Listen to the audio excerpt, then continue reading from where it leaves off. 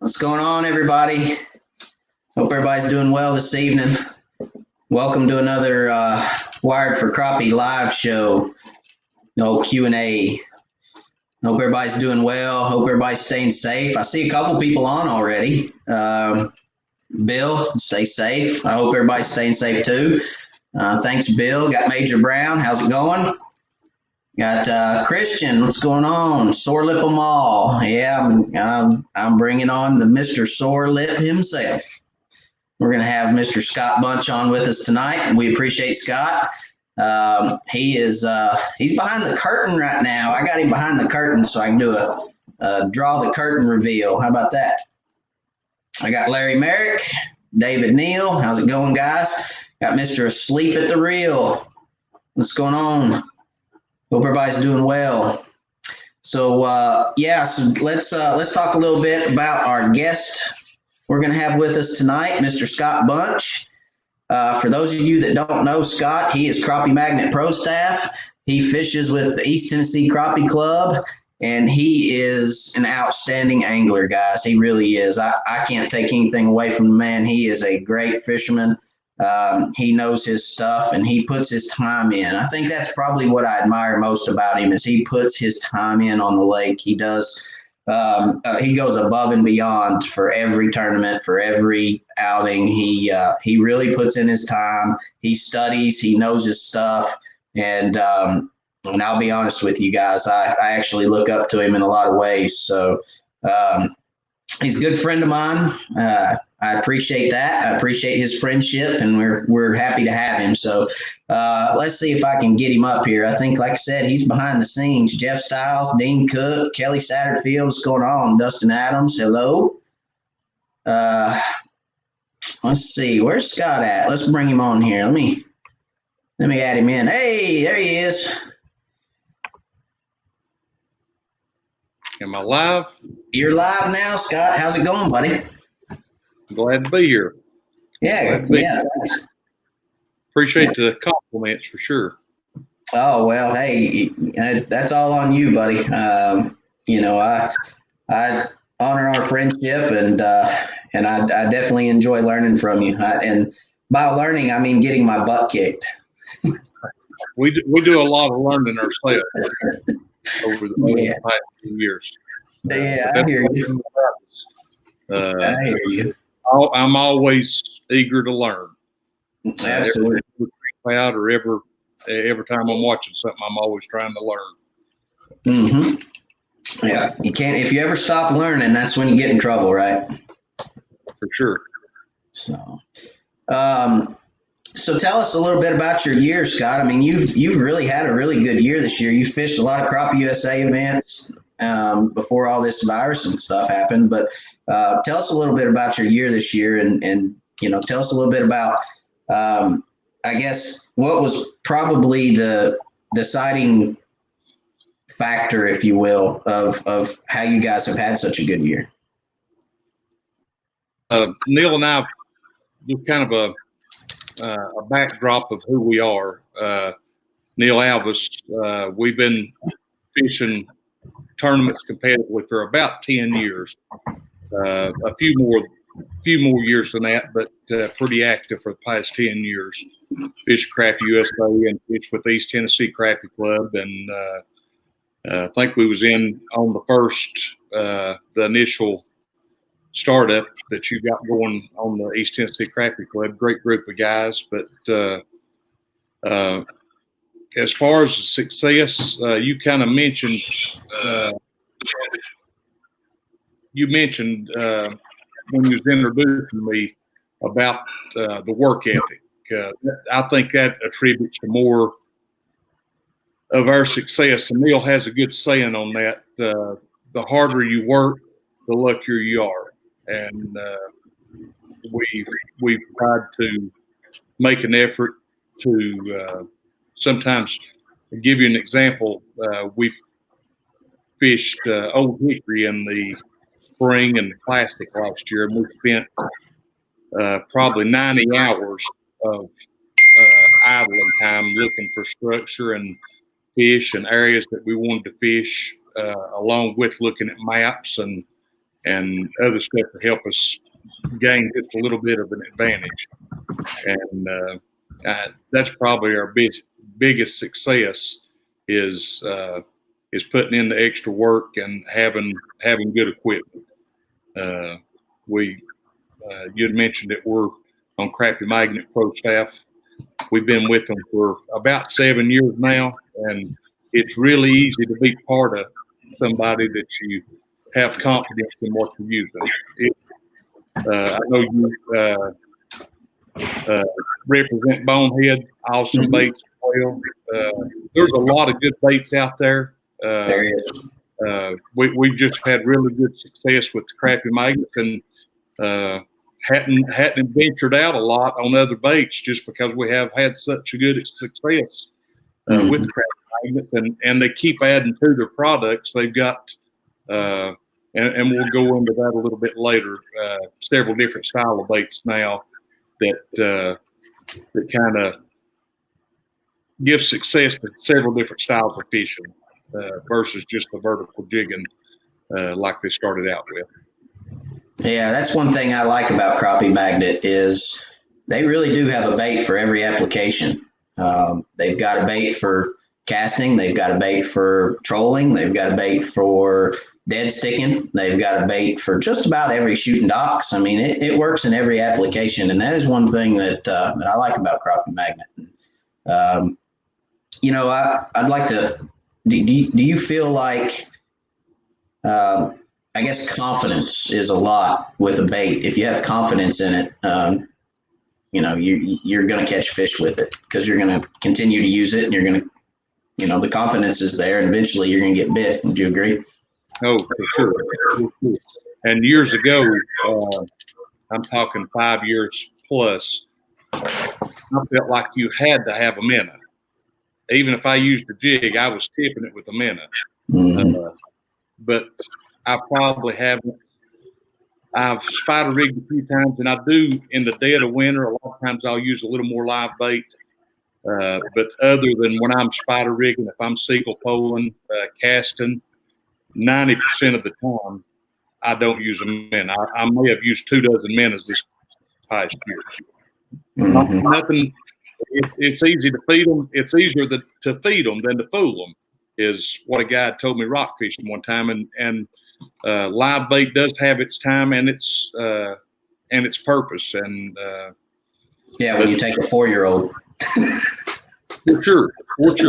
And, my 4-year-old, I'd be afraid to put a jig in his hand. One of us would end up with a hook in our body somewhere. That's for sure. Yeah. Well, thank you for the backstory. We appreciate that. And tell us a little bit about, let's see, you guys, there was a tournament you went and fished, and I'm sorry, I don't remember the name of the lake, but it was just kind of a last minute deal, if I'm not mistaken. I think East Tennessee Crappie Club had a tournament on Fort Loudon, and the weather was horrible, and the lake was up, it was muddy, it was just miserable to put anybody out there. It was actually dangerous to put anybody out there. There's so much stuff floating. So we canceled that tournament. And you and Neil, if I'm not mistaken, that weekend went somewhere, correct? And fished a Crappie USA, and you can tell the rest. We went down to Lake Harding and kind of Georgia-Alabama line, and had went down, and like I said, kind of last minute, we confirmed. We actually had to pay a late fee because we signed up the day before on registration, but we went down and got a lot of docks on that lake, but it was early in the year and the fish hadn't hardly moved in on it. The water was pretty stained, but we wound up finding some fish, found a few under docks, found a little bit on brush, found some that was scattered that some of the longliners was catching, and we just kind of stumbled up on a pattern. But I mean, we done a lot of looking in a short amount of time, but it was a small lake. I think it's one of the smaller lakes that we fish around. It's under 6,000 acres. So we were able to break down a pattern in a short amount of time. If if you hit the pattern right, you can break it down pretty quick. And luckily, we kind of put something together. Work. If you don't work, you're kind of it's mercy. But we didn't have to fish that tournament, so we went down when they canceled that one. We went down and pre-fished a day and able to put a pattern together. We went ahead and signed up for the tournament and really come out a lot better than we had anticipated doing. But we knew that there was going to be a tournament there the following year, so we went ahead and decided to go take a look at it anyway. You're being a little modest. Come out better than you think you should have means he won the tournament. So you won that tournament, correct? That's the Crop USA you won. We did win that one, and lucky enough we actually had the big fish. Neil had the big fish for the tournament, little over 2 pound, I think. Wound up winning the big fish for the tournament. And a lot of these tournaments, if you stumble up and catch the big fish for the tournament, it goes a long way on crappie fishing. Bass, you can get away if you've got a big fish. You've got to have several other fish, but crappie, if you catch a big fish, it goes a long way in helping with that 7 fish limit. Oh, absolutely, it does. I tell people all the time, there's a difference in going out and catching 7 fish and going out and catching 7 tournament fish. I think that was probably the hardest thing when I started the club. I think that was probably the hardest thing for me to learn, to be honest with you. Because I could go out and catch fish, but for the first year or two, I got spanked. I mean, bad. I mean, I got annihilated. I'll use that word. I'd go out and have a good day. I'd catch 40 or 50 fish, but then I'd come in and get beat by 3 pounds. And it was like, what is going on? What am I doing wrong? There was a learning curve there to learn the difference between going out and catching a limit and going out and catching 7 big fish. Do you feel like, tell us your thoughts about LiveScope. There's a lot of different thoughts and a lot of different theories about LiveScope. And do you believe that has changed tournaments as far as crappie fishing goes? Do you think it's changed? First of all, do you think it's changed crappie fishing in general? For sure. You learn so much about the fish with the LiveScope. How the fish react,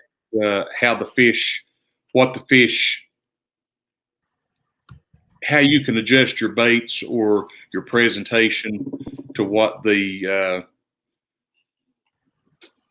fish wants, and you can place it in front of the fish at a better presentation than you could before. Instead of using a countdown method, you can actually present it to the fish and go through dead water a lot quicker. When you're fishing brush or whatever, you can present it right over top of the brush and less hanging.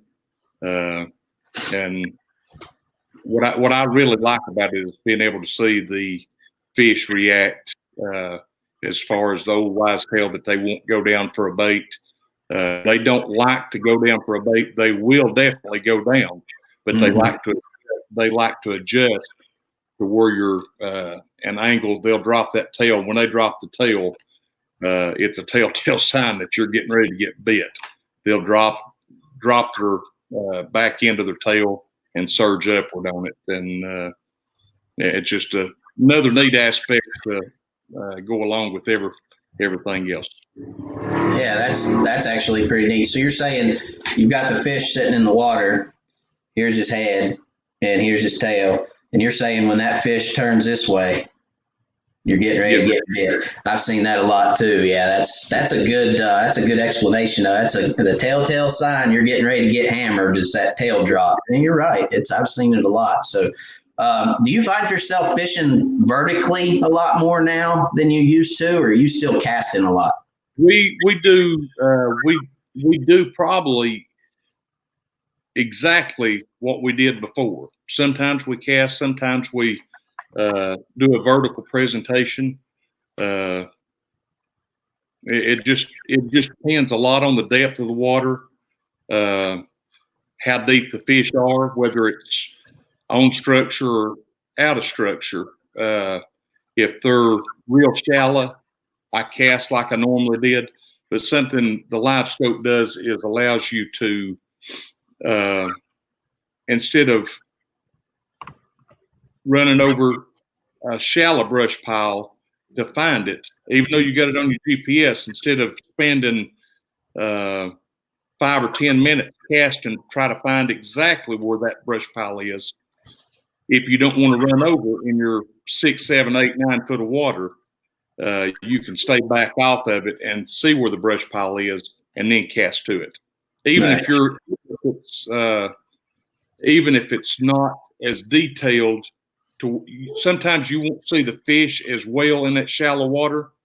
In my experience, and I know the perspective you may change that a little bit, but you can see the brush anyway, and you can present it in the older fashion where you present it to the brush, and then the fish winds up hitting it. You may not see the fish hit it, and sometimes you will in that shallower water, but you'll actually see movement and know that a fish is reacting to it, or you're close to the brush when you swim it over it or whatever. Right. So guys, we're going to start taking some questions. If you guys, I see David just put a question up. We'll answer that one in a minute. Scott, if you will, if it's okay with you, there'll probably be some questions. Last couple of weeks, these guys have really put some great questions out for me, and I've really enjoyed answering some of them. And I know you watched last week, so you were part of that last week. But let's try to both answer a question if we can, and get two different perspectives, I guess. We do fish similar ways a lot. We cross paths a lot, actually, in tournaments. But I think we both have subtle differences in the way we fish. I do know that. And I think those will probably get unturned a little bit by some of these guys' questions. Are you okay with that? Yeah, sure. Okay. Let's see. We got David Neal. He says, do you think longlining and spider rigging is going away or changing a lot with LiveScope? I'll let you go first, Scott. I don't know that it's going away. I think when fish are really scattered, longlining is a very, very effective way of covering a lot of water, especially if you're just tournament fishing. It may not be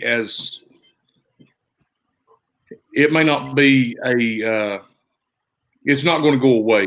For just fishing for fun and to go out and have a good time, longlining is probably going to be more effective than what LiveScope is in general. And spider rigging, there's definitely going to be a time and a place for that too. Winter time is something I can think of, especially is when you need to slow down. You can place those baits. When fish are really scattered, you can adjust several different rods, several different levels, and present it to a bunch of different fish. I don't use these methods near as much as what I used to, but I've still got rod holders, and I will use them, and I'm sure I'll use them in a tournament. And the longlining especially is a great search tool.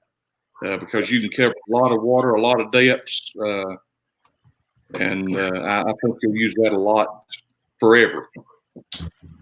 I would agree. Actually, it's funny you say that last comment you made, because I did for those that saw my video this last weekend, I did a video on pulling planer boards. And I had a comment on Facebook from a guy who I will not name, but he said, if you angle your rods better, you don't have to pull in planer boards. And I said, well, I went back and I said, well, that's not the purpose of planer boards. It doesn't have anything to do with angling your rods. I said, what do you mean? And he said, well, I longline troll, and if you angle your rods better, you can get your rods out just fine. I said, okay. I said, but how much water are you covering? when you're long lining? He said, I cover 40 feet. And I said, well, that's good. I can cover 4 times that. And I said, I can cover 150, 160 feet of water with planer boards. And he just kept on and kind of kept on. And I said, okay, thanks. I appreciate your comments. But I think that for somebody who doesn't have LiveScope, who may not have a whole lot of electronics on their boat, longline trolling and pulling planer boards, covering water, you're increasing your efficiency by covering more water. And I was actually thinking about this earlier tonight. LiveScope is just the next step in increasing your efficiency.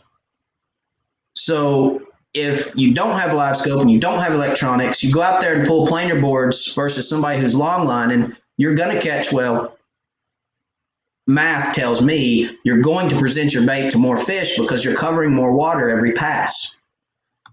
With LiveScope, you're increasing your efficiency, as Scott said, because you can present that bait directly to that fish for a longer period of time. So to answer the question, David, in my opinion, no, long lining and spider rigging will never go away because there's not every angler in America will have LiveScope or thousands of dollars worth of electronics. They'll still be fishing that way. And do I think it'll decrease? I think it will, especially from the tournament fishermen. I think it'll decrease, but it won't go away because, to Scott's point, there's always a time and place for it. So, all right, let's see. Go ahead, Scott. Do you think that tournaments will ban live scoping? I don't think so, because really it's not totally live. I mean, it's not like camera action. You're seeing it's a little bit of a delay. They could, but I don't look for it. I don't look for them to. I think it's a great tool, and I'm on a fish tournament whether they outlaw them or not. I mean, I just enjoy the competition, and I love catching them. However, if it's with the floating them in on the spawn, just looking at exposed brush, if I'm using a live scope, if I'm long lining or spider rigging, I love every aspect of fishing it, and I'm going to use if it does go out, I'm going to use it. I really don't think they will, but that's just my opinion. Yeah, I'd agree. I don't think they will, for the simple purpose of, if you start going down that road, where's it end? Right. I mean, it was live. It's live scope here. A few years ago, it was side scan technology, down scan. Then it was the regular graphs. Then it was the paper graphs going backwards, and then the flashers, and all of these others is the exact same thing that you're looking at on the flasher. It's just a recorded data, and the live scope is just a quicker version of the same stuff that you're seeing. It's just live data, yeah. And who's to say? I mean, this is extreme, and I'm going to go on the extreme side of things, but who's to say, they outlaw live scope, and then next year everybody who wins a Crappie USA event was using a crappie magnet. Who's to say they don't say crappie magnets are unfair? I mean, I don't think that they can regulate it to that extent. I think that there will be certain trails that say, no electronics or no live scope, or, you may get some of your smaller trails. But as far as the national trails, like Crappie USA and Crappie Masters and ACT, their core is made up of sponsorship. They start cutting people out of that, they suffer, I think. So I don't think they'll ban it. Oh, here's a good one. This one's for you. I'll let you answer this one. Does he like slab magnets versus crappie magnets? Myself, I use 80% of the time I use a crappie magnet, split tail. This right here, I don't know if y'all can, where's the camera there? It's a little split tail That's a show nothing chartreuse. Everybody knows me knows this bait. I'm looking at it backwards. It's Therapist, and then the black and chartreuse. There's a bunch of different colors. That's 3 of my favorites. I also like a white and chartreuse and a pumpkin pie. Pumpkin pie is one of my favorites, especially in clear water. That and the show nothing chartreuse. Neil, my partner, probably 60% of the time he'll use, unless we're fishing docks or something like that, and they're great to shoot docks with. But if we're fishing brush, most of the time he'll use a crappie or a slab magnet, and I'll use a crappie magnet.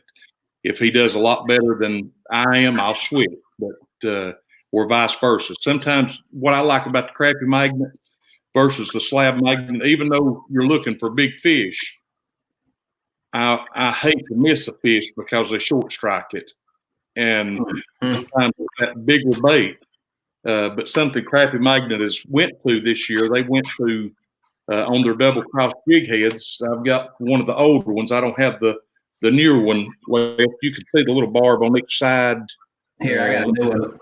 I got a new one right here, Scott. Okay. It's got the longer shank hook and their mustache. Yeah. They're a mustache hook now. That really helps with that slab magnet. The older version was not as long of a hook, and the one that you got there is a big improvement that they come out with this year. I think the slab magnet. It's got a deeper curl in it too, right here, which I like. So it sets that hook out a little further. And those if you look at, turn it a little bit sideways, Matt, like that right there. If y'all can see the 2 little barbs, they're all set on each side, and that one thing it does is it keeps this little split tail pulled apart, and that's kind of what it's originated. But it also works a bunch of different baits, whether it be bonehead or Bobby Garland's or whatever baits. They work really good with that because they don't have the great big barb under the neck that tears them up. Yeah, we fish for 2 different people. But hold that crappie magnet back up again. Which way you going, up or down? I'm just saying. That's a stump bug and a crappie magnet. So, profile's pretty similar, ain't it? Mm-hmm. All right, that was a very good question, Major. Let's see. Here's a good one. Mr. Larry, my buddy Mr. Larry. How's it going, Larry? Scott mentioned reading a map to find spots. What do you use? Google Earth, Navionics, and what do you look for?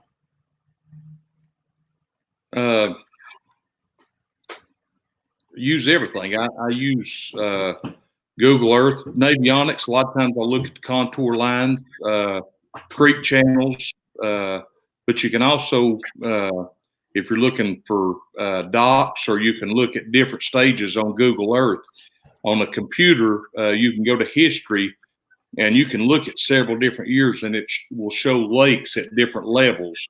You may have a full lake in one picture, and on these drawdown lakes, like Cherokee and Douglas and a lot of these East Tennessee reservoir lakes, if you'll take the time to read them and go back and look at your history on Google Earth, you may have 3 or 4 different pictures over the past 15 years or 20 years that will show different lake levels, and you can go around the bank and actually find structure that's out of the water without prime example, a guy in the club finished second in a tournament, and he found most of his brush that he fished during that tournament last September on Google Earth, spending time sitting in his pajamas at night before he went to bed, marking brush piles and stuff to go back and fish later on. You talking about me? Well, this one was actually Wally. Yeah. I did the same thing, and I will say that, and I spent a lot of nights in the bed. My wife telling me to turn the computer off. But no, I will say that if you do that, you do have to convert the GPS coordinates from Google over to your unit. GPS Babel, if you can remember GPS Babel. And I'll put a link. Actually, I can put a comment right here. It is GPS Babel. I think it's how you spell it. You can Google it and it'll pull up, but you can convert GPS coordinates in there. So you can go in there and you can put what Google Earth says the coordinate is, and it'll convert it over to what your unit is. And then you can put it in Humminbird or whatever you use, put it in your unit. So I did learn that last year. That was part of the Google Earth thing, but sorry to interrupt. That's basically, you've got different like Navionics. I use it more for creek channels, to find ledge points. Me and this was maybe back in 06 or something. I used to fish with Neil's brother, Troy. We went down to Pickwick and never had been on a lake. And the classic for the Crappie USA was there and didn't have a whole lot of time back then and couldn't afford to spend a lot of time away from work. So we went down and pre-fished and had marked 7 or 8 spots on my unit sitting down in the boat just before I even knew that they had a website that you could go and look on at a map. But found where we were going to fish and went down on the lake that trip and caught fish at 5 of the 6 places that we had marked. And so there's a lot of stuff that you can do off the water that'll help as much, if not more, than when you're on the water. Oh, absolutely. Familiarizing yourself with the water. I guess what's under the water really helps me out when I'm on the water. So if I know where to look for creek bends, or I know where to look for points, underwater points, main lake points, if I know on Navionics, like if I have an general idea from looking at Navionics the night before I go fish, it helps me when I'm on the lake find structure faster, look for, I guess I kind of use Navionics for, I think to myself, if I was dropping brush piles, where would I drop them? And then I kind of identify those areas on Navionics, and those are the areas that I check first. So if I section off a lake before I go to the lake, and I say, okay, I want to look in this creek and this creek. And then when I look at that creek, I say, where would I drop brush first? Those are the places I look for first. I'll run in, I'll check those places. If I find stuff, great. If I don't, then I go searching.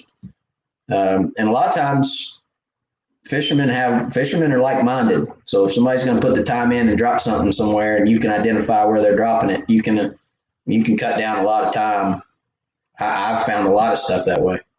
And something that you mentioned, if you notice old farms and stuff, how they have areas that you see trees on farms around as you drive into the lake, just look at your farms.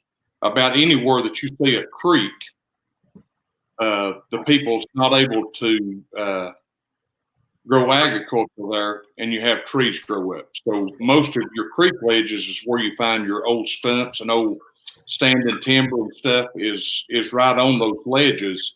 And I think that's part of the reason and they use them to travel as well, but that's just a good something that you can find on the Navionics that'll help you is on those creek beds and stuff. Yep, absolutely. Yep, I agree. All right, let's see. RPB. Where do you find tournament quality fish? That's a tough one. You go first. I mean, it varies lake to lake. Time of year. Yeah, for sure. Let's see. My opinion, tournament quality fish will not hang out with a school of fish, typically. Would you agree? I would agree with that. I've told people before, when I'm going fun fishing, I'm looking for that depth finder that lights up like, a Christmas tree. That's what I'm looking for when I'm fun fishing. When I'm tournament fishing, I'm looking for that bucket, that stake bed, that tree that has 2 fish on it or 3 fish on it. That's what I'm looking for. I found that the bigger fish typically are loners and typically hang around structure by themselves. And another guy, or it's actually a good friend of Neil's, he had told Neil, said, those big fish don't get big by not eating. And a lot of times, when you go to a brush pile, if you fish fast, if you have enough spots to fish fast, you're better off, because usually the bigger fish is what hits first. I would say 8 out of 10 times. There's always exceptions, but 8 out of 10 times, the first 3 fish you catch, there'll be a bigger fish there than if you fish another 15 minutes on that brush pile. Most of the time, the bigger fish hit first. And I think a lot of times, and you go to that where there's 2 or 3 fish, I think a lot of times those bigger fish are territorial, and there's exceptions to that too. Sometimes you can catch a big fish in with a school of barely keeper fish, but as a rule of thumb, I think maybe they're a little more territorial. Neil brings that up quite a bit. Yeah, that's a good word for it, territorial. I would probably agree, and I definitely agree with you. Big fish, if they're hungry, they'll eat. You don't have to entice a big fish anywhere near as much as you do, say, a school of little fish. I mean, you put a jig down there in front of a pound and a half or better fish, and when he hits it, you know it. I mean, there's no powder mouth in it, I guess, or cotton mouth in it. They hit it, they eat it. So,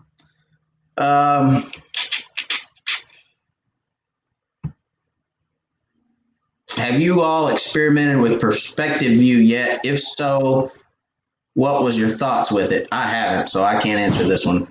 I have not either. I think in shallow water is where its strong suit's going to be, and once this perspective view, it's going to be a great tool for, back to that spider rigging question earlier. I was going to say the same thing. I think that shallow water spider rigging, it's going to be awesome. Yeah, deep water spider rigging. I think in the winter when they're shallow in deep water, what kind of spread that thing? If you turn it, it's supposed to be a 20-degree angle. So in that deeper water, how much water are you going to be covering at that 20 degree? And I know the farther away from you it is, the more you're going to see. When you're looking at that 20-degree angle, like it's standing in a normal view, you're looking at 20-degree angle. At the boat, you're looking at basically less than a foot. At 15 feet, you're looking at about 3 feet. And at 30 feet, you're looking at 6 feet wide. So I guess the deeper water, the farther out, you can see the fish and actually turn and go toward them. But I think the shallow water that's going to be, and we don't utilize it much on these lakes up here, but Grenada, a lot of the Mississippi lakes and even Weiss and some of these lakes in Alabama River, where you're fishing really shallow stake beds or stunt beds that may be in 3 and 4 foot of water. I think that's where this perspective view is going to shine, is when you see a fish out there, you're able to turn the whole setup toward that 3 or 4 fish that you're looking at and present the whole bait to them. Yeah, I think at some point somebody's going to figure out, you've got 20 degrees on that perspective view. I think eventually somebody's going to figure out how to make a mount that fluctuates like this right here, like a 360 almost, where it just goes up and down and scans the water column. And I may be giving away too much. I may need to patent that before I get off here. Never mind. Everybody erase that. No, but in all honesty, I think, if you get something that that fluctuates up and down and scans the water column, you could use it in any depth.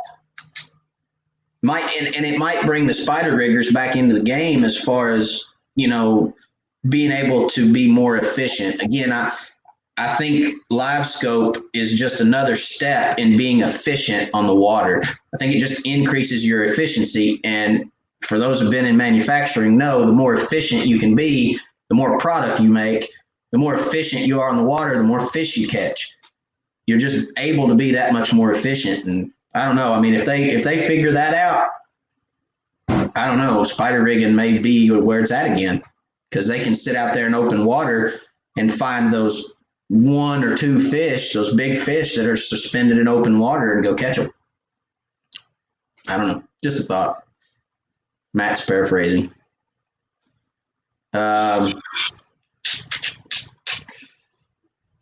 Let's see.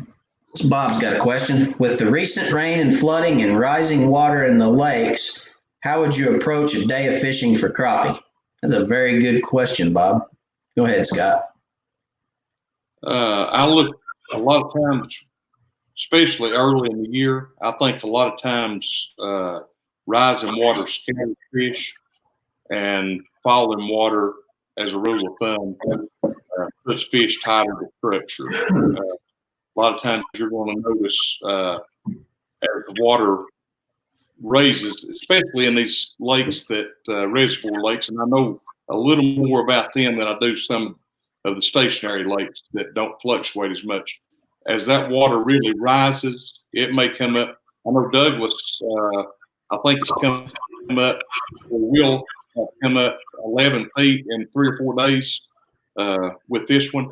And you'll notice two things. If you catch fish, we were catching fish in about 12, 13 foot. Sometimes those fish will stay at the depth that you was catching them, or if they're on stretch or something. Sometimes those fish will stay and they'll be 20 foot deep. But other times they'll follow the water, especially early in the year as the water's coming up and the reservoir lakes are filling up. They'll follow the water into the creeks and farther back into the creeks. And a lot of that plays into effect with your temperatures rising. They're coming back to spawn anyway, so they're following the water into shallower areas. But a lot of times the fish will scatter, and that's where the longlining comes back in, or pulling pointer board, is they're following the water, so they're getting shallower and they're spreading out, and it's a good way to cover a lot of water. Absolutely. Bob, if you're fishing East Tennessee, when we have a rain event like we just had, I would say, and I just talked to a buddy of mine, Jeff, I just talked to him about this earlier. So he asked what lake to go to catch fish. And I would say find the lake that's spilling. The rain event was last week, so you've had a whole week. I would look at TVA's website and see which lake is spilling. I know Douglas, Cherokee, Norris are all holding water. If they're holding it, it's not going to clear up. It's going to stay muddy from all the runoff. If they're running water like Fort Loudon or Watts Bar have the last week, you've got a better chance of that water clearing up because they're flushing water through the lake. So when they're flushing water through the lake, it's pulling all that dirty water out of the creeks into the channel and down to the dam. Your creeks are going to clear up quicker. So I would probably get on TVA's lake info website, figure out which lakes are spilling and have been spilling since the rain event. And I would probably fish one of those lakes so that you got a better chance of finding some clear water. And something else on that is when they're sucking a lot of water or solution, and you got so many cubic feet of water flowing through those, through the dam, you may want to go back off the main channel, because a lot of times there'll be too much current to fish the main channel.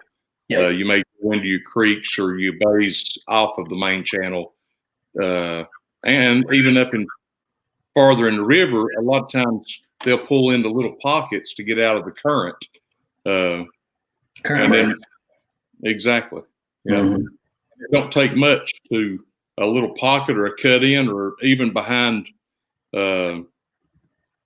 something that'll cause an eddy or something. Those fish will pull in it to get out of the current, just to feed. Yep. All right.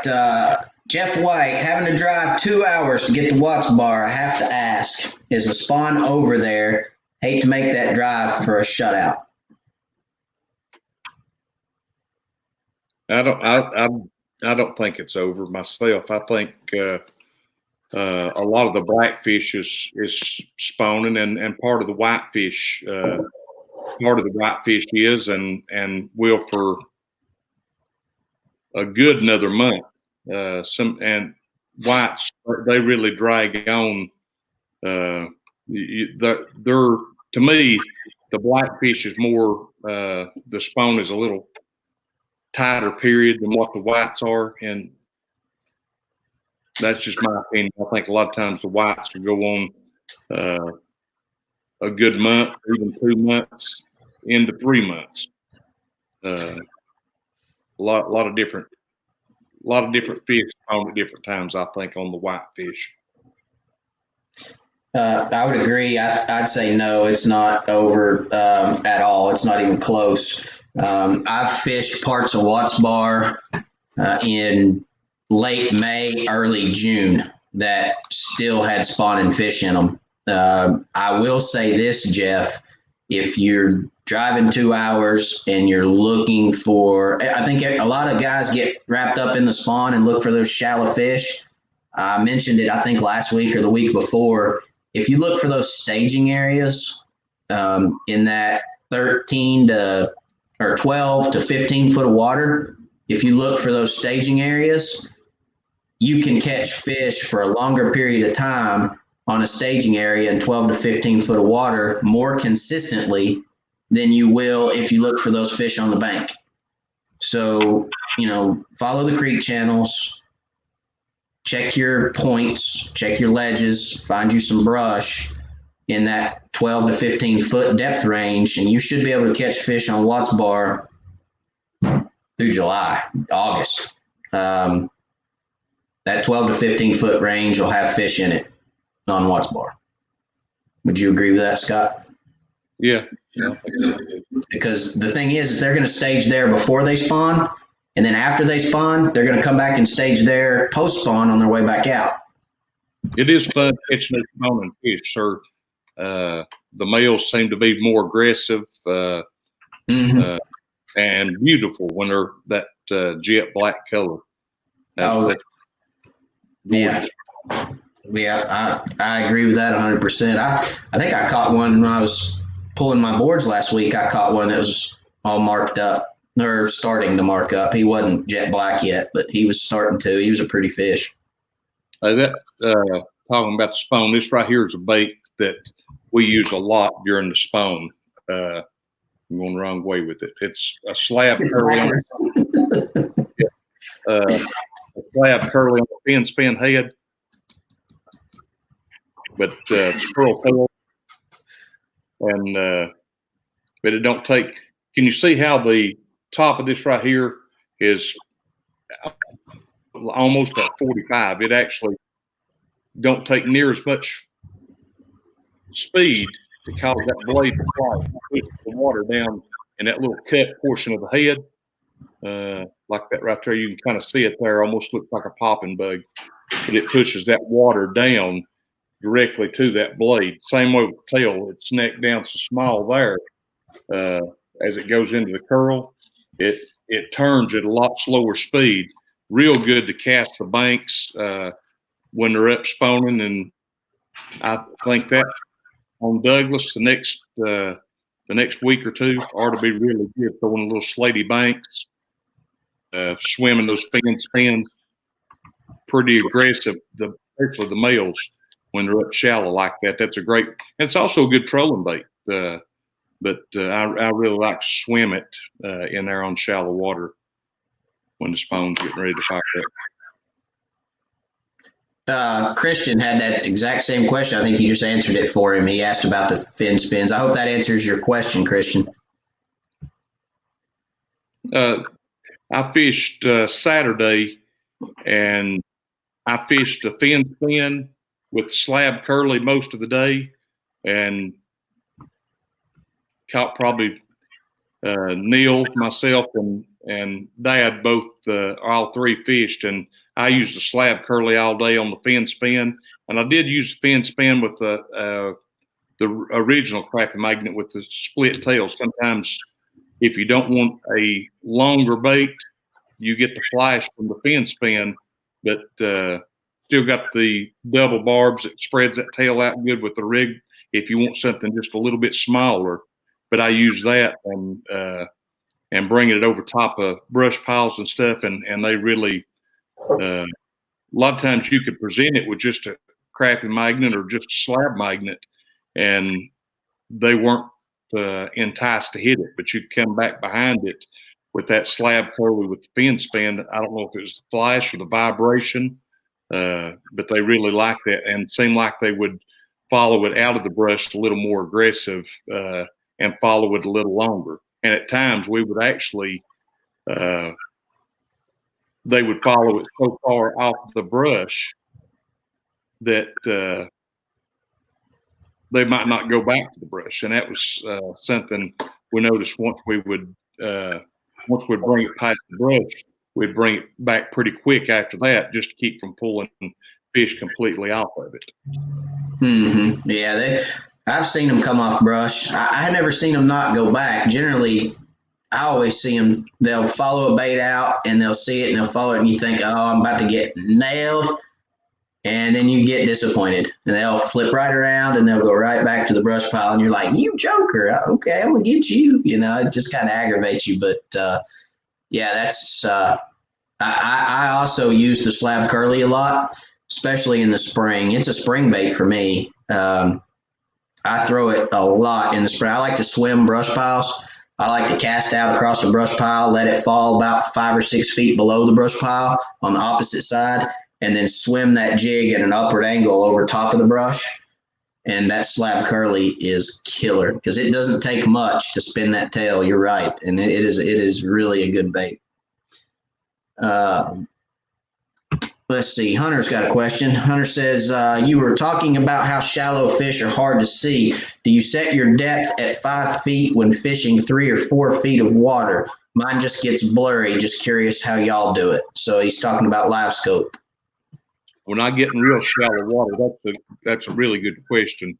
When I'm looking at my LiveScope, a lot of times when I get in that real shallow water, I will leave my depth, and that's about the only time that I leave much of the bottom on my screen. I'll have my screen looking at maybe 10 feet, but even though I just have 3 or 4 foot of water on my screen, the rest of the time I just have about a foot of bottom showing in whatever depth I'm at, except in real shallow water. And sometimes I'll have 10 or 12 foot. My depth set at 10 or 12 foot, even though I'm just looking at 3 or 4, just to help with that picture, Hunter. And Hunter, I'm the exact same way. I never go below 12 feet because once you get below 12 feet on that 9-inch screen, there's my camera. On that 9-inch screen, once you get below 12 feet and it starts stretching everything, it's like a picture. If you take a picture with a camera and it's a 4x6 picture and you go to Walgreens and you tell them, hey, I want this 46 by 96 or 98, and they blow it up, it pixelates everything. So when you take that water depth and you suck that water depth up to 5 feet, it extends your picture and it pixelates everything. So that's why you're getting blur, is because it's pixelated. So yes, I'm with Scott. I don't ever go below 12 feet of depth, even when I'm in shallower water.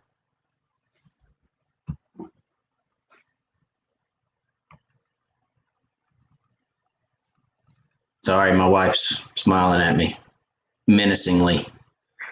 I'm a little concerned about it. Where's my guns at? Yeah, okay. I'm just making sure. She's smiling at me weird. Maybe she loves me. Who knows? Let's see. So Larry asked a question, or really wasn't. It's more of a comment. He said there's a lot of junk in the water after all the rain, and I'd say it's a lot of silt, a lot of junk in the water, a lot of silt in the water. That typically happens after a rain event. All the silt washes in off the banks, and it causes the water to look milky on your screen.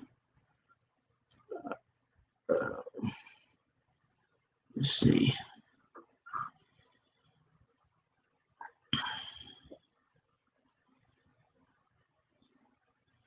Here's one. Steven asks, I'm way more accurate with a bait caster than a spinning rod. Do you have a favorite setup for ultralight bait casting, or do you all always use a spinning rod for shallow water casting? It's a good question. I always use a spin, just a regular spinning reel. I don't know if he's talking like similar to like a Zebco, or if it's a bait caster similar to like what a bass fisherman may use. I do use bait casters on my spider rigging rods because I like a low profile, being able to release the bait and the rod holder, let the weight pull it down without having to back reel to stay close contact with the bottom. I don't use them much for that. For this shallow water casting, I usually use a spinning rod for that. I do not own a bait caster. Is that a sin? I don't think so. I think it's okay, right? To not own a bait caster. I don't own one. I used to back years ago when I bass fished, or piddle fished, I guess. But no, I don't own a bait caster. Everything I do is a spinning reel. I use a Tryon, Fluger Tryon, size 25, and I feel like I can do everything I need to do with that. I wouldn't mind trying a bait caster, but bait casters, I thought bait casters were pretty difficult to cast with, especially with a light jig. I'm not sure, Steven, are you using some kind of weight? Are you adding a weight to the line or something? Or are you just throwing a 16th ounce jig? Because I don't know that I'd be able to cast with a bait caster. Maybe you can. I don't use them enough to know. But what rod or what reel do you use mostly, Scott? I use usually a Shimano. Use one's a Sedona I use, and I can't think of. There's one. I've got a CI 4, I think. Is that right? A what? FI4 or CI4. It's black and red. It's Is a it little more. I usually use a Sedona or it and the Treon or the Presidents is similar, just different companies. But I've had pretty good success with the Shimanos. All right, let's see. Ken asked a good question. What's going on, Ken? Glad you could join us, by the way. Do you have a preference? I'm sorry. Do you have a preference of blade color, gold or chrome? Don't really. I've heard that. I've heard that in overcast conditions. I know a few guys that uses the slab curly with the gold fin spin, and in the mermaid color, which is kind of a bluish. It's basically that color there. This is a slab magnet, but they use that in a slab curly. Got the little chartreuse belly and the bluish color. They call it a mermaid. I think they use that in a overcast water, and the silver in a sunnier, clear water. I think both of them. I think both of them does pretty much the same purpose. Adds flash to the gets a reflection from the sun or vibration from the as it pulls through the water. It kind of serves two purposes. So I don't really have a preference. I guess silver if I had to pick, but I'll use gold just as quick. Yeah, I'm kind of the same way, but I prefer. Well, most of my blades are silver. That's just because they're more readily available. I think you can find silver a lot easier than you can find gold that I know of. I use silver most all the time. I don't know. I've heard that gold. I know one guy that sells a lot of gold bladed jigs. What's his name? Lightwire Hooks. Lightwire Hooks sells a lot of pony heads with a gold blade, and he makes a really good hook. But I use silver. I think 95% of what I throw is silver, and I throw a lot of bladed jig heads in the spring, is typically when I throw them, or when I'm trolling. I like to run bladed heads when I'm trolling too, and typically I always use silver.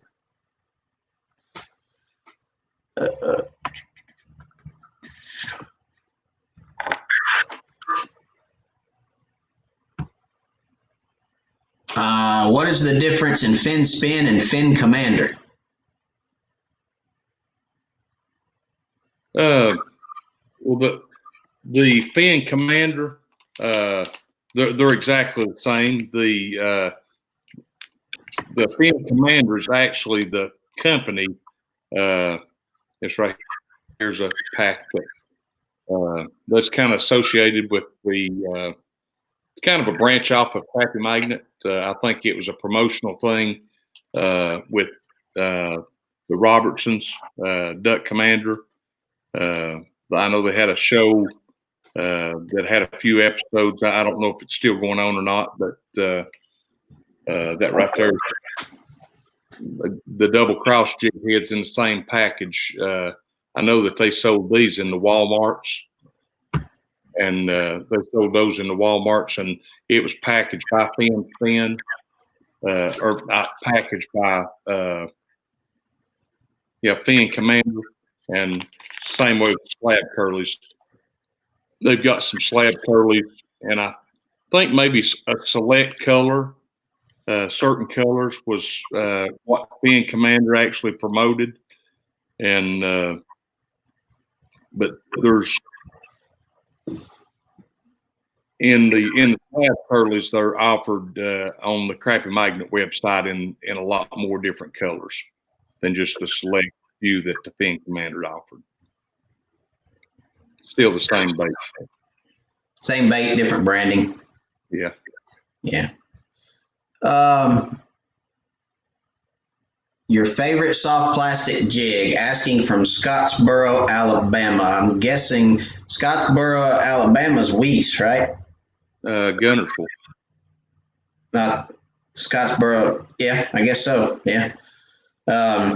You've probably spent more time down there than me. Probably that area. Well, I like the Crappie Magnet split tail. I mean, it's good on the docks down there. A lot of different work, but I really and one thing, a lot of people though the little. If I'm going to try to get back to my camera, this is that original Crappie Magnet again. And what I like about it so good on the docks is it's round. It's pretty much round the whole. I can't get it turned toward. I'm turning it every which way, but I can't get it toward the camera. There we go. Don't you feel like you're chasing your tail? Yeah.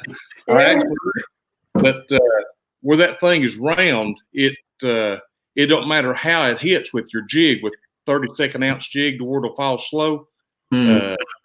It don't matter how it hits in the water, it shoots pretty true in the direction. Yeah, that I would agree. That's one thing that I like about the boneheads too, is they're round all the way around, and when that jig hits the water, regardless of what direction it comes in from, it's gonna skip. And I actually had bought some, and I don't even know, this has been 6 or 7 years ago. I bought some baits, and I thought they were going to be awesome. Had kind of a split tail, but they had like wings that were flat on the sides.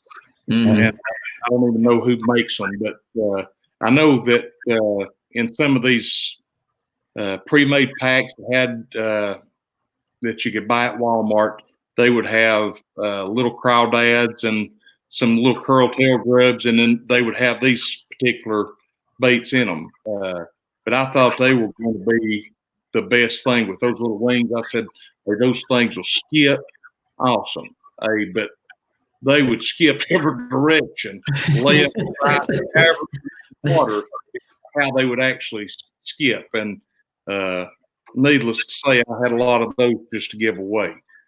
But it didn't pan out like I was hoping it would. But the round, like you were showing, what for the docks especially. But, so favorite color. If you had one color you had to go to Gunnersville or Weiss with, what would you pick? I ain't gonna do it. What do you mean you ain't gonna do it? You ain't gonna tell nobody? Is it secret? I know I ain't gonna tell this one. A lot of it's watercolor. I mean, blue is awful good. Probably the mermaid on Weiss or Weiss, however you pronounce it. They said JR, the Jiffy Jigs is real popular down there, and they're a great company and really made a strong comeback in the past few years. I've got some somewhere around here. I should have some laying on my desk, but I don't. But anyway, they said JR on his deathbed, blue. And that was a color pattern that was one of the down there. But the blue on Weiss Lake, and but I own, which would be a mermaid color with the is the blue that I showed you together. Blue with the chartreuse bellies. They've got that in several different styles, but Weiss, I guess if I had to pick one, that would probably be it. But when the water's muddy or dingy, even when the water's clear, that the black and chartreuse, you can't go wrong with that color on any water, any time. It's just a good color that you can fish in clear water or heavy stained water. All right, let's see. Let's take one more. Had a good one about not being able to flip as good under a dock with a bait caster instead of a spinning rod. That's definitely one of the advantages if you shoot a rod where you bow it over and shoot it like a bow and arrow. It about be impossible to do with the bait caster, but spinning reel works pretty good. Yeah, there's a lot of truth to that. I couldn't imagine trying to shoot a dock with a bait caster. Wow. I guarantee you, I'd be that guy out there just jumping up and down his boat, throwing stuff and carrying on. I'm scared of backlashes. I'm too scared of backlashes to buy a bait caster. But yeah, it'd be difficult. Buck Chaser asks, any preference for hand-tied jigs, hair versus feathers? Why do you like one instead of the other? I guess I prefer hair, but I like feathers too. I don't know that I've personally seen a difference as far as fish biting a hair or feather. Not personally. I would say chartreuse, black and chartreuse, black and yellow, or blue and chartreuse is probably my 3 favorite flies. And I like different shades of blue and chartreuse. But I don't typically have a preference for hair versus feather. I like them both. Yeah, I use.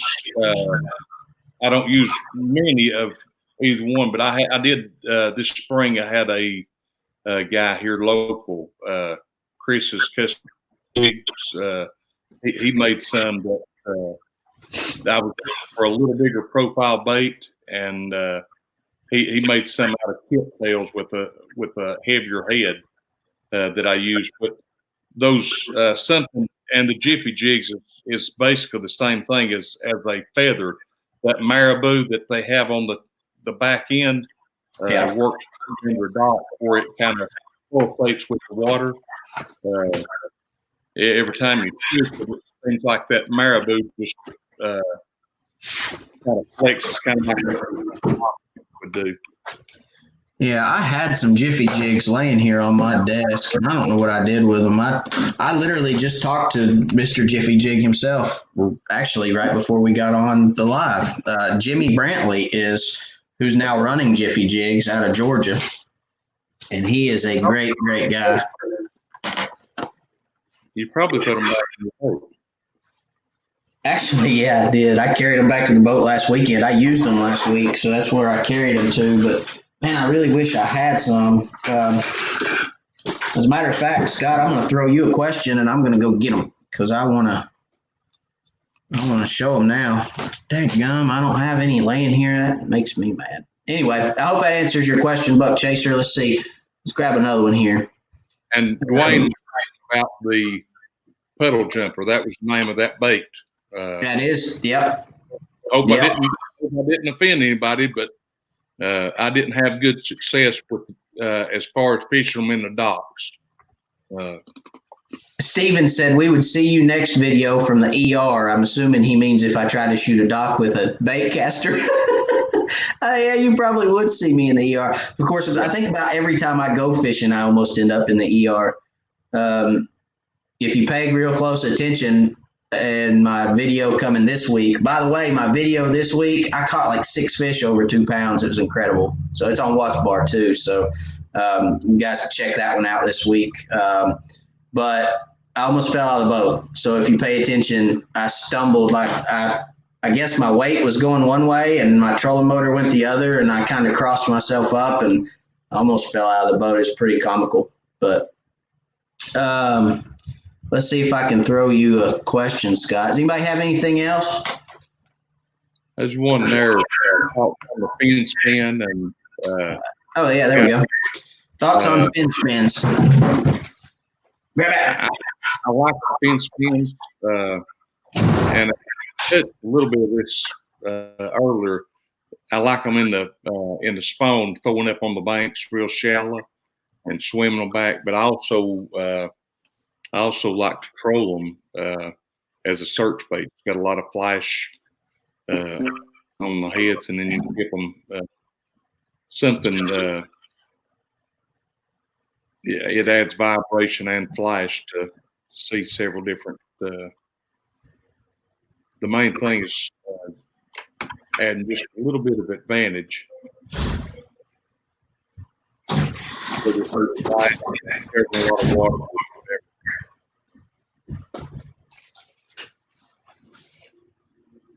What I miss? Kind of the same question about there's the Jiffy Jigs. That's probably the blue that you were talking about, I would imagine. Yeah, but they used the blue that he was talking about had a blue head. Oh yeah, that color blue for the rubber piece, and then it was a baby blue marabou. So it has 3 different shades of blue, kind of. There is their contact info. They're out of Vidalia, Georgia. And you tell Mr. Jimmy that Wired for Crappie and Scott Bunch sent you, and he'll hook you up. So I met him there at the East Tennessee Fishing Show this year, and super nice. Yeah, he's really been good too. Yeah, he's super nice. So there's one of his jigs out of the pack, and you can't really see that color. That's actually pink. There's too much light on it, but that's actually pink and chartreuse with a black head, and that's one that I use a lot. I also use that blue and white a lot, and I use obviously black and chartreuse. I'm a black and chartreuse fanatic. And then they've got a brown and chartreuse that I use a lot, especially on Watts Bar. And I saw Jeff Stiles a minute ago. He commented, he said that he uses purple on Watts Bar a lot too. So purple is a good color as well. But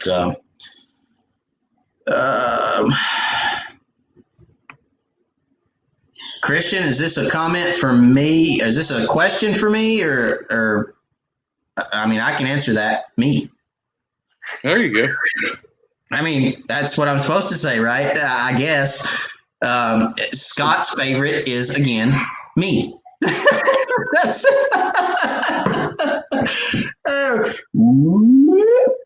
you know, shoo, let's bring it back. I guess I have to say that. Well, okay, guys, we just lost Scott Bunch. We see you guys next week. Yeah. No, I can tell you who I like outside of putting my videos out on YouTube. I like Sleep at the Reel. I like Go Fish. Mr. Charlie with Go Fish. That's a pretty good channel. I like his stuff. I like 3 Pound Crappie. He's got some good stuff going on. And then let's see, who else do I like on YouTube? Yes, I do watch YouTube videos. I don't just make them. I watch them. I enjoy it. And actually, I read a lot of you guys' comments on other channels too. And there's a lot of times where you guys are commenting, asking certain questions, and I try to actually, see those questions and form my videos around some of you guys' questions. So, I hope that helps. I hope you guys are able to watch. And again, for those that don't know, my passion is to help people catch more fish. And I think, like Scott said, I started East Tennessee Crappie Club, 6-7 years ago, Scott? And you were at the first meeting, as a matter of fact. You were at the very first meeting of the club. And what was the first thing I told everybody? And I've told people this story, but never had anybody back it up. So I'm glad you're here. The very first thing I told everybody at that meeting was, this is going to be a club where we help people and teach people to catch more fish. And if you don't want to be a part of that, this is not going to be the club for you. That is what I led off that very first meeting with. And we've stood by that for 6 or 7 years now. We do as much as we possibly can to help people catch more fish. We do seminars. We do on the water trainings. We do, this year we were supposed to do an MLF style tournament where we put our members as officials in boats with tournament fishermen and let them watch you fish a tournament and weigh fish as the tournament is going on. We were going to put a member official in every boat. So, that was something we were going to do to help people learn. We try our best to teach people while we're fishing tournaments. That's not our only goal, is to fish tournaments. So I got off on a tangent. What were we talking about? I run away sometimes. So you got to bring me back. Reel me back in, Scott. I don't know. Hook City TV. Yeah, Christian. I forgot about Hook City. He's a good one too. I like Hook City. He's doing some good stuff too. Richard Jean. Oh, I don't think there is a person in America that doesn't know who Richard Gene is. I swear, it's just and most people don't call him Richard Gene. Most people call him Elmo. Oh, Elmo, and it's like he's got some good stuff going on too. He's, Richard, he does a lot of different fishing. Unfortunately, I'm not set up to do all that other fishing like him. I mainly chase crappie, and that's just what I like to do when I'm on the lake. But he's got it going on. That man, I'm telling you what, Richard Gene can catch fish with the best of them. Let's see. Scott, you all right on time? Oh, yeah. Okay. I'm off tomorrow. I'm good shape. You're off tomorrow? Yeah. Are you off just tomorrow, or y'all off? No, just tomorrow and Friday, and then just work scale down with just business being slow. With everything going on. Yeah. It's a crazy world we live in, ain't it? It really is. Yeah. Weather the storms of the sickness and the economy. Yeah, I agree. Oh, PR. Jeff Stiles said PR. Yeah, he's another good YouTuber. PR over PR Fishing, I think it is, over in North Carolina. Yeah. What's that? No, it's PR. It's PR. He fishes High Rock. Okay. Yeah. Yeah, he fishes High Rock. I'll tell you guys what. Let me tell. Hang on a second. PR right here. Let me tell you guys something about High Rock and Mr. PR. Great YouTuber, great guy, great fisherman, and I can clue you guys in to why you don't need electronics on High Rock. If you've ever fished High Rock, Scott, you've been there with us. We went to High Rock and spent 4 days over there. You don't even have to turn on a set of electronics on High Rock. All you got to do is drive up and down that lake, find a dock, and shoot underneath it. That's it. It is awesome over there. There is fish by the droves under docks over there.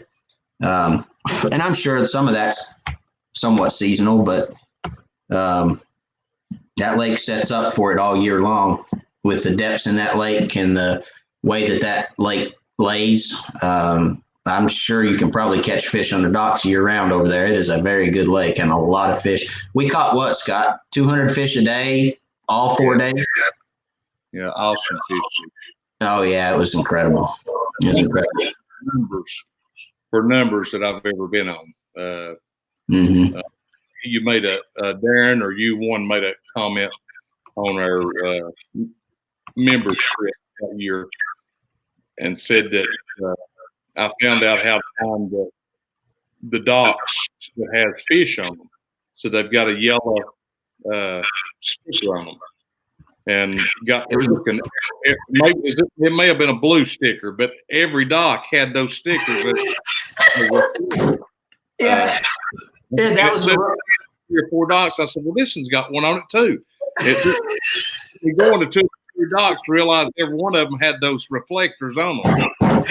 Yeah, so I got to tell the story now. So we're on a members trip with East Tennessee Crappie Club. I was there. My partner was there. Darren's there. Scott and Neil are there. We're all having a good time. We're fishing every day. After the first or second day, my partner Darren tells Scott, he says, man, I know how to figure out which docks to fish.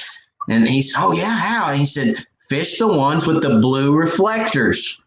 Well, it's a law in North Carolina. It's a law in North Carolina that you have to put blue reflectors on each corner of the dock, so that at night when people are running up and down the lake, they can see your dock. Well, and so every dock on the lake has blue reflectors on it. And the next day, Scott calls and he says, hey, every dock out here has blue reflectors on it. And Darren said, yeah, that's what I meant. You fish all of them. He said, heck, every one of them has fish under it. What do you need to scan them for? Just fish them. And it was kind of funny. And there was something else. That trip. Oh yeah, that's right. You and Neil made it over there before Darren and I. And we were talking, and I called Scott, and I said, "Hey, man, how you doing?" He said, "Man, we're catching them like crazy." He said, "It's crazy." And I said, "Oh, where are you at?" And he said, "On the lake." I said, "Where at?" "In the creek." And I said, "Which one?" And he wanted to. I drove halfway to North Carolina, just dogging him. I'm like, "That joker. At least he can do is tell me which part of the lake to go to, you know." And so then we get down there. Scott calls me. He says, "Hey, man, how are y'all doing?" I said, "We're doing great." And he said, "Oh, yeah?" And he says, "Yeah." He said, "Where are you at?" I said, "The north southwest corner of the bottom of the left side of the lake." And he's like, "What?" And for the entire rest of the day, Neil said Scott was like, "Where's he talking about? I don't understand that." You know, what? God, Matt's lost his mind. It was a good trip. That was a good trip. We got to do it again because that was fun. I'm looking forward to the next one that we go on because, all these different lakes they set up different, and every one of them. I mean, there's just some really good crappie lakes in this country, and I can't wait to get to some of them. Anyway, let's see. Let's answer a few more questions before we go. Yeah. Let's see. What rod length do you use and what brand? Most of the time, I use B&M stuff. I do have a Shimano rod too, but what I've got to doing with this single poling lot is using a B&M. I use a lot of B&M. I sent another question farther down about the sharpshooter. I use it quite a bit for shooting docks, but for this single pole fishing and casting, I've got to work, especially with the LiveScope. A lot of people talk about these stiffer rods like the Todd Huckabees, and even B&M's got the stick. But what I prefer best is they've got a rod. B&M has a rod called the Gold. I think it's called Gold. I don't know if it's a gold jig pole or gold rod or whatever, but it's just the Gold series, and they have it in I know they've got it in a 8 and a 10 foot. The 10 foot is what I use, and another rod that I really, really, really like is, and I think he actually used it the first time on one of your shows last year, is the Russ Bailey Signature Series, the new one. It's an awesome feeling rod, but a lot of people like that real stiff rod to where you can swing them in the boat and you make contact. But I like the softer tip of the Gold rod and the Russ Bailey. It's a little smaller profile, but the downfall to that is your rod has so much flex when you go to set the hook. A lot of times you have so much give. You have so much give when you set the hook that rod flexes.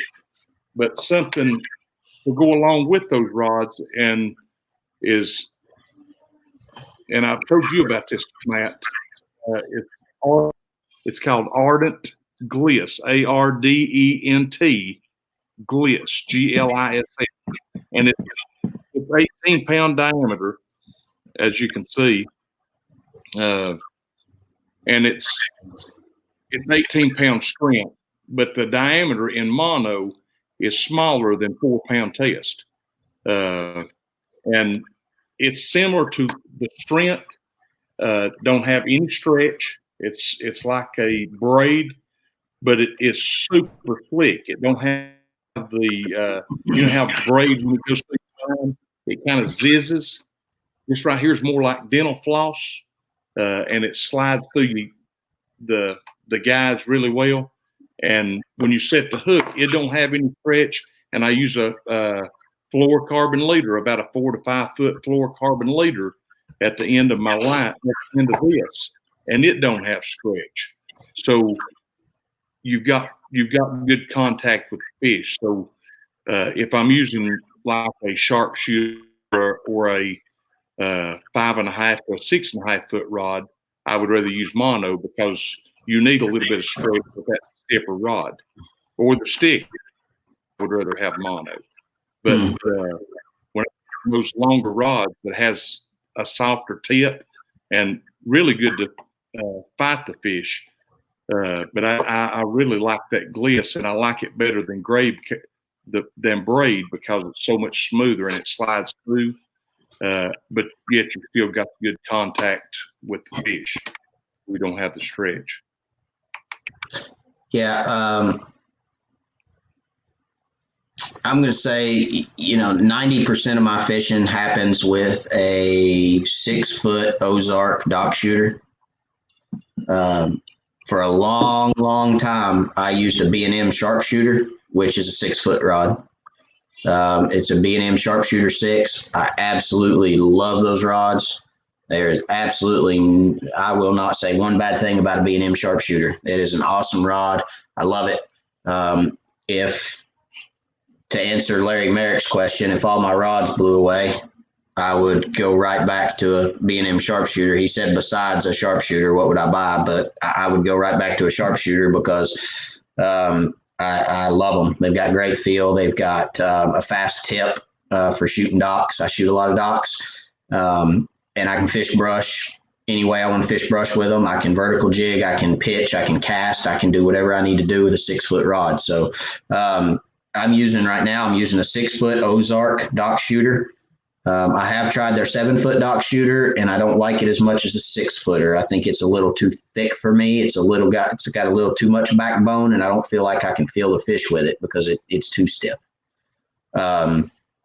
So if all my rods blew out of the boat, Larry, and if all of my rods blew out of the boat, buddy, and I had to buy 3, it would be the 6 foot Ozark dock shooter. Then I would buy their 8 foot, the 8 foot Ozark casting rod. It's got a 2-piece handle on it. I would buy that second because I like to, when I take my kids fishing, I like to fish with a minnow and a float. And I like an 8 foot rod so that I don't have to have a slip float a lot of times. It's just easier to fish without a slip float for me. And then my third choice would probably be rather a 10 or 12 foot Ozark rod for vertical jigging in front of LiveScope if I was going to vertical jig. Those would probably be the 3 that I'd buy. Just because I can fish 98% of the time the way that I like to fish with those 3 rods. But to elaborate on that, I tend to have 4 rods on the deck at all times, at least 3. I like to have different weight heads, and I like to have different colors because I like to be able to present if I've got a fish that's finicky and won't eat, and I know he's a big fish, and I know I want to catch that fish, and he'll look, but he won't commit. I like to change colors, change fall rates, change, whatever it is I can change to try to get that fish to bite. So, and I don't want to have to sit down and retie to do that. So I want to be able to pick up another rod with a different color, and then if that doesn't work, pick up another rod with a different fall rate, with a different head, with a different weight head.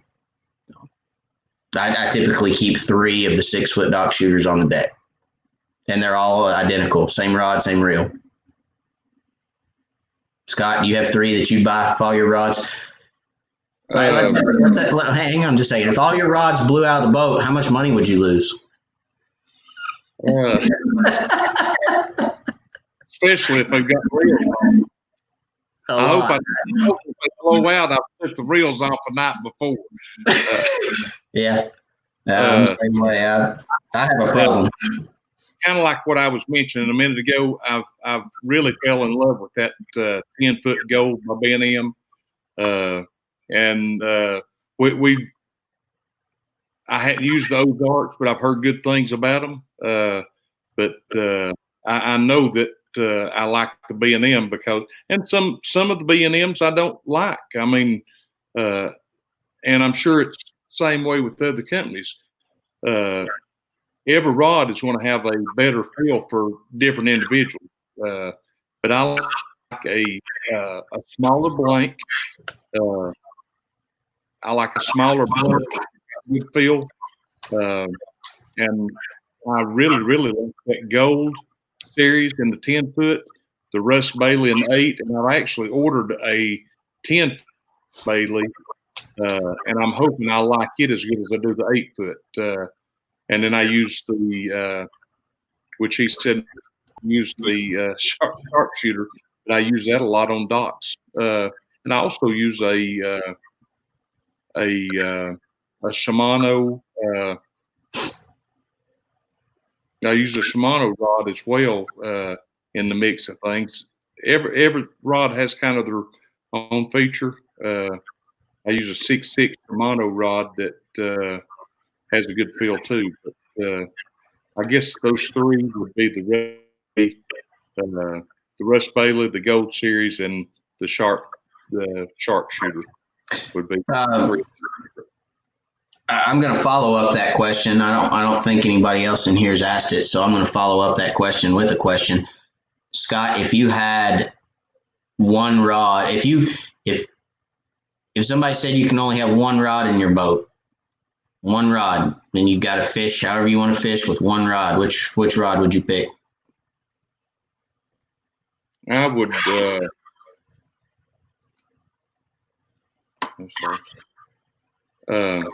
would have to say probably the sharpshooter. I mean, because it's hard to shoot dock with an 8 or 10-foot rod active. It'd be a good all around rod. The sharpshooter sticks. I'd see. I would go with the I'd go with the 6-foot dock shooter from Ozark because again, you can be so much more versatile with that rod. So for somebody that doesn't have the ability to go buy 4, 5, 8, 10 rods, you can be so much more versatile with the 6-footer than you can any other length, in my opinion. Yeah. All right, we're going to shotgun a few of these questions just real quick, and then I think we're going to call it a night. We've been on for about an hour and a half, and I've got kids to put to bed. Let me touch on that there. Which one, Scott? Why? The one that says why use a leader? Yeah, that one right there. That's Mr. Willard. Hey, Mr. Willard. I don't know that you have to have a leader when you fish some of the lakes like Norris and Tellico at times when you've got super clear water. I think that's just going that extra step. Maybe it may not cost you, but it just it gives you an extra reason to use it. If 1 or 2 fish turns away from it, what's it cost you? And going that extra step to catch a fish by using that clear line is something else that I do to make when I'm fishing brush or and used it a little on docks at Weiss this year. Is that right there's a product that I don't know if y'all have used them. They come out with them this year. They had a batch last year that just wasn't hardly right, but they've got them dialed in now, and it's called Slab Bites. Crappie Magnet puts it out, and it's really nice. We use it on all of them, but see if I can get that lined up again. That's that Crappie Magnet again there, right there. When you slide it up on the hook, that little piece of slab bite will actually help spread that legs out.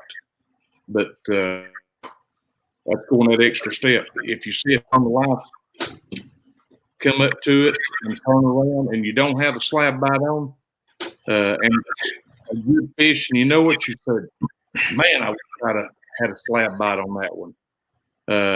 If you had it on it and he hits it, you don't know if he would have hit it without it. But why not have it if it's going to make a difference in catching a good fish and not catching it? That's a question I've been asked 2 weeks in a row, Scott, is do I use crappie nibbles? What do I think about crappie nibbles? And you make a good point. You don't ever know if he would hit it without it. Exactly. But I have my doubts. Me, personally. I've been in the boat enough with a guy standing beside me using them, me not using them, and I catch 1-to-1, 1-to-1, 1-to-1. But there again, you're on fish that are biting. Could it make a difference when you're on fish? I mean, with LiveScope now, you don't stay and try to catch fish that aren't biting. If they're not biting, you just leave and go find active fish. So, if you have to entice them too much, we just leave and go find an active pile.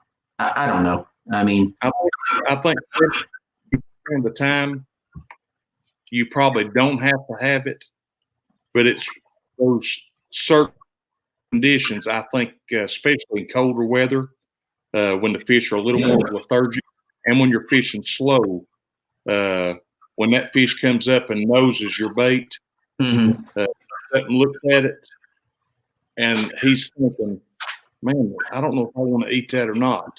But that's why I play at times, or something just to give a little extra. Yeah. So let me say, Larry, it's called a. Let's see. It's called a Bucks Gold Jig Pole. So if you're looking for that gold rod, it's called a Bucks Gold Jig Pole. Let's see. Where else do we got here? Mr. Major asked a question. Matt, why do you not use a slip float? Couple different reasons. I like to fish a light weight when I'm fishing with minnows. If I'm fishing live bait, I don't want a real heavy split shot that weighs that minnow down. I like that minnow to move around pretty free. So I like to fish a light weight. I like to fish just enough weight for the minnow to get where I want him to get to. And then I like for him to be able to move freely. A lot of times when you're using that light of a weight with a slip float, you'll pitch out, especially with mono, you pitch out, and because mono has memory, it won't go through that slip float very well. And it just kind of sits there, and you're shaking it, trying to get it to fall, and it won't fall. So for that reason, I prefer to use a longer rod, set my depth with a float, just a clip float, and pit and throw out. That would be why I do use slip floats. I actually did a video with a slip float, how to tie a slip float and used a slip float. But there again, I like to use a lightweight. So hope that answers your question. Jeff agrees with you. Slab bites do work. Okay. I'll bow. Like I said, it ain't going to, most of the time, it's not going to make a difference. But I have seen on Douglas fish under a float a couple years ago, and it was actually at that time it was not it wasn't the slab bite by Magnet brand. It was one of the other brands. But one of the things that's so much better about the slab bites is they've got them to where they play on your lip 3 or 4 times better than the other brands had been, and even their first batch. That was kind of the key, is once you caught a fish, I can put another bite on. These things, the bites, you can actually catch 3 or 4 fish with the same bite. That's what I like about it versus some of the other brands that has the same, or that has a scent to it. Yeah, I'll bow. I'll let you guys have that one. I'm not running down that rabbit hole tonight. Last week, Hey, it's a running joke between me and my partner, and you know, I told a story that at Watch Bar, okay, this last tournament at Watch Bar, my partner was using slab bites, the exact same ones you just held up, chartreuse, and you know as well as I do, Scott, chartreuse is known to drive a reaction strike in fish. The color chartreuse drives a reaction strike from a fish. That's proven. That's science. Um, and he was going on and on about, oh, it's the slab bites. It's the slab bites. Give me my bites, you know. And he's joking, and he'd catch a fish, and that slab bite would be down its throat, and he'd get that fish, put it in my face, and say, "Look, it's the slab bites." I'd say, "Hey, look at this one. I just caught it. I wasn't using a slab bite," you know. So we went back and forth in the boat a little bit, just kind of kidding with each other, and but again, I was catching 1-to-1, you know, standing in the boat right next to him, catching 1-to-1. I mean, it was probably our jig probably rubbed up against that bottle. oh yeah, I hear you. I hear you. I hear you loud and clear, sir. It's because I was bringing my jig behind his, and it was leaving a scent trail, and then they were hitting it. Yeah, that's what it was. That's what it was. So, you know, I'm not going to knock a product at all. I'm not going to say it doesn't work. I am going to say chartreuse drives a reaction strike in fish, and if you put a chartreuse slab bite on the end of your bait, yes, it could catch you a fish. I will say that. That's science. But I don't know. I mean, do they work? You catch fish with them. My partner Darren catches fish with them, so they don't not eat it because it has it on there. So yeah, okay. You said a lot of confidence.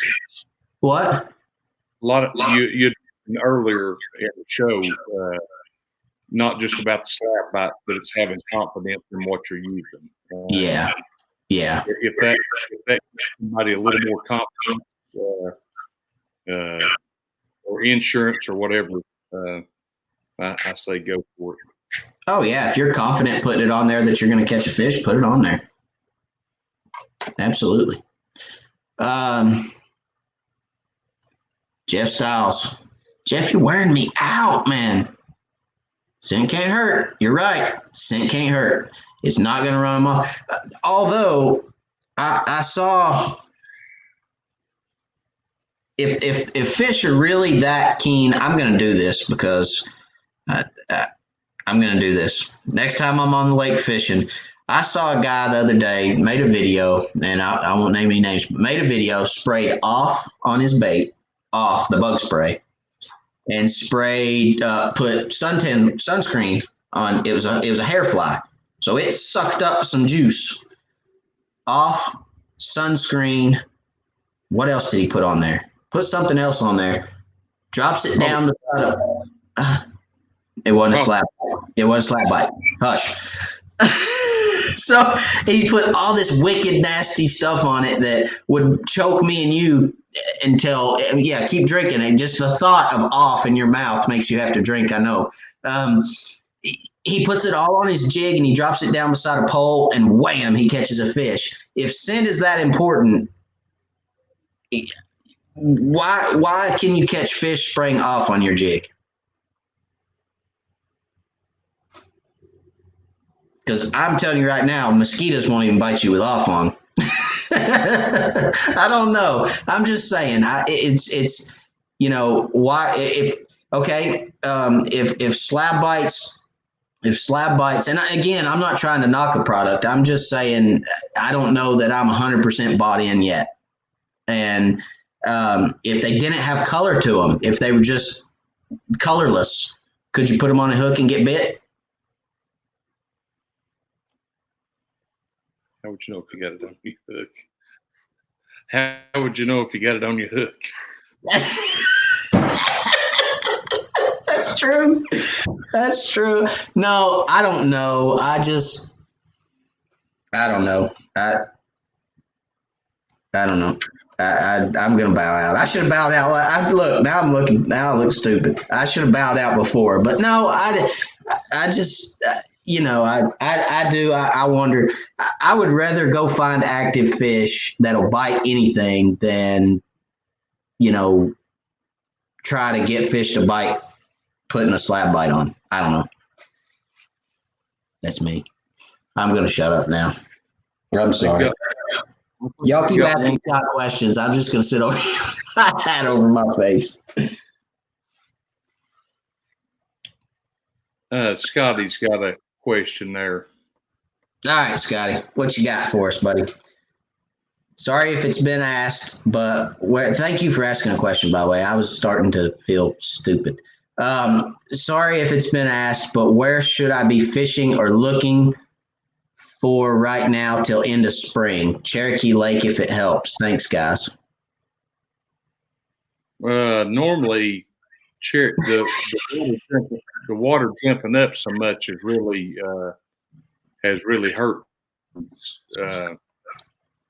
But the fish here on Cherokee really haven't even come up to spawn yet. A few of the blackfish have, but most of the fish hadn't moved up real shallow to spawn. So with this water coming up like this, and I would say in the next couple of weeks, I would look shallow. If you can see brush, if you actually see a piece stick, sometimes shallow blow down, coming down into the water. And I'd probably look at some of the creek areas, Poor Valley, German Creek, Gray Creek, is probably some of the areas that I would start to look at in that 15 foot and less range. Is probably where I would start, and usually this time of year, long line trolling is really good back in those shallow areas. Any of the bigger bays, what they call the T, which is back in behind Point 21, around the Boy Scout camp, going down the lake. You've got German Ray Creek, and even on the lower end, you got Moss Creek. I'm not sure what area of the lake that you're around, but I'd look at some of the creek areas and look to long line or fish shallow brush. Scotty. Yeah, and Christian said can't go wrong with shooting docks. A lot of the docks that's on Cherokee right now has got several small fish on them, but and you can find a dock that's got some good fish. I seen a video a while back that had some good fish, but all in all, it seems like there's a lot of small blackfish on the docks right now.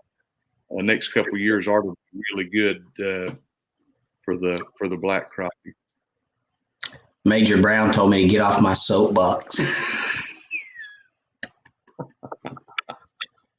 I'm sorry. I just struggle. The struggle is real, guys. It's just real. You know. I don't know. Favorite brand fluorocarbon leader material, pound test. I use strand fluorocast. The main reason it's cheap, that fluorocarbon, a lot of people is really, really proud of the fluorocarbon, but I use a fluorocast by strand, and I use it at 6 pound strength. And the reason I use a 6 pound is I started with the 4 and had one break off, and as I set the hook and at the Weiss tournament, and it may have been a fish that was big enough that may have put us in the lead, and that's something I try to do every tournament. Or any time that I fish, I try to do something that will. I try to learn something from every trip, whether it's something I could adjust. And I've learned a lot of things by mistakes that I've made or problems that I've had, and that went up to 6 pound strength instead of 4 pound. And with that 6 pound, they talk about smoke clipping fish, even with the gold rod. You don't want to let it break back down on your rod. But as far as swinging them in the boat, that gliss line with the fluorocarbon leader, you can you can just swing them right in the boat. Hadn't had any break off, knock on wood, since that. Scott, do you still tie a loop knot with? Well, your gliss is pretty much a braid. There's no stretch to it at all. Right. So, do you still tie a loop knot, or do you go back to maybe a clinch knot or something like that? Well, I use a loop knot 90% of not just about everything that I fish. I use a loop knot, and it's not the strongest knot. There's a lot of stronger knots out there, but where I tie the jig on, I like for that jig to be able to. Where's my finger? To be able to swing without anything binding it up. And I use it on docks or single polar and whatever. I use it at just about every aspect. Sorry. One thing that I noticed, and I've been experimenting with braid a little bit. I've been using the bonehead braid. Actually, the braid I've been using is that B-Power braided line. It's 12-pound test with a 4-pound diameter. It's high-vis yellow. And I've been experimenting with that, and I have not been tying a leader. I've been going straight to the jig head, but you can't tie a loop knot with it. And my fear or question, I guess, is with a leader and a loop knot, let's say you've got a, 24-inch leader, 2-foot leader, 3-foot maybe at the max. If you're using a loop knot and that loop is at the low point when that fish hits that jig, or when that fish hits that jig, so you've got your eye and you've got your loop, right? So if the loop is like this, and when that fish hits the jig and you set the hook, you're jerking on that loop. With no stretch, do you think that it's possible, especially on a bigger fish, that when you set that hook with no stretch in that line, or very little because your leader's so short, you could break that loop and that loop knot? Could, I guess. I mean, I hadn't. I had it on those 3 that I caught it in the last tournament, and those didn't break it. So I was waiting on you to rub that. I was waiting on you to rub that in. I was waiting on it. I knew it'd come. By golly, I knew it'd come. He's rubbing it in. I had slab marks on with those 2. Hey, I saw it up here at the very beginning of the video, and I skipped over it because it hurt my feelings. Where's it at? It's on here. There it is right there. I skipped right over it because it hurt my feelings. I don't like it. I don't want to talk about it. It just hurts. It still hurts. The wound is not healed yet, Scott. You got to give me time. I'm sensitive, okay? You got to give me time to heal. I ain't healed yet. I missed that. I didn't believe that. And that's why I went right over it. No, you guys, for those that weren't on the show last week, Scott and Neil had an incredible bag at Watts Bar. They had 1579 at Watts Bar last month now, right? Third week of last month. Incredible bag of fish, 7 fish, 1570, what was it? 1579 or 1571 or something like that. Let's just call it over 15 and a half. I mean, we're nitpicking. We're nitpicking, Scott. We're nitpicking. It was definitely a trip of a lifetime. I don't know that I'll ever be in the field again. Yeah, so my partner and I had 14 and a half pounds, and we felt pretty good about it and came in, and real shortly after that, we felt pretty bad about it. And, I'm still healing, guys. I'm trying. It's tough, but I'm still healing. We're blessed to have that. Sure. Yeah, y'all are blessed, all right. I'm going to keep it at that. All right, guys. Well, we've been on for 2 hours now. We're going to call it a night, I do believe. I don't see any more questions. Scott, we want to thank you very much, sir, for joining us tonight. And like I said, we really do appreciate your knowledge and appreciate everything that you've done for everybody this evening, answering questions. And hope you had a good time, and hope you'll come back and do it again with us sometime. I enjoyed it. Appreciate y'all having us. And, always fun to talk about stuff you love. Absolutely. And I promise I won't get back on my soapbox. I'll stay off my soapbox next time. I do prefer, I like, what is it? Dove. I like Dove. Dove is a good soapbox to get on. So, no, but I appreciate you guys. I appreciate everybody watching. Check out this weekend. Like I said earlier, we'll be on Watch Bar. Or I'll be on Watts Bar. Scott, we've got to fish together in a video one time, by the way. But after all this virus is gone, we need to get together and do a video. But I'll be on Watts Bar this weekend, guys. Caught some really nice fish. You'll want to see that video, so check it out. And again, we appreciate you guys for coming. Scott, again, we appreciate you, sir, for your time and your wisdom. And we'll catch you guys next week. Same time, same place. Thank you.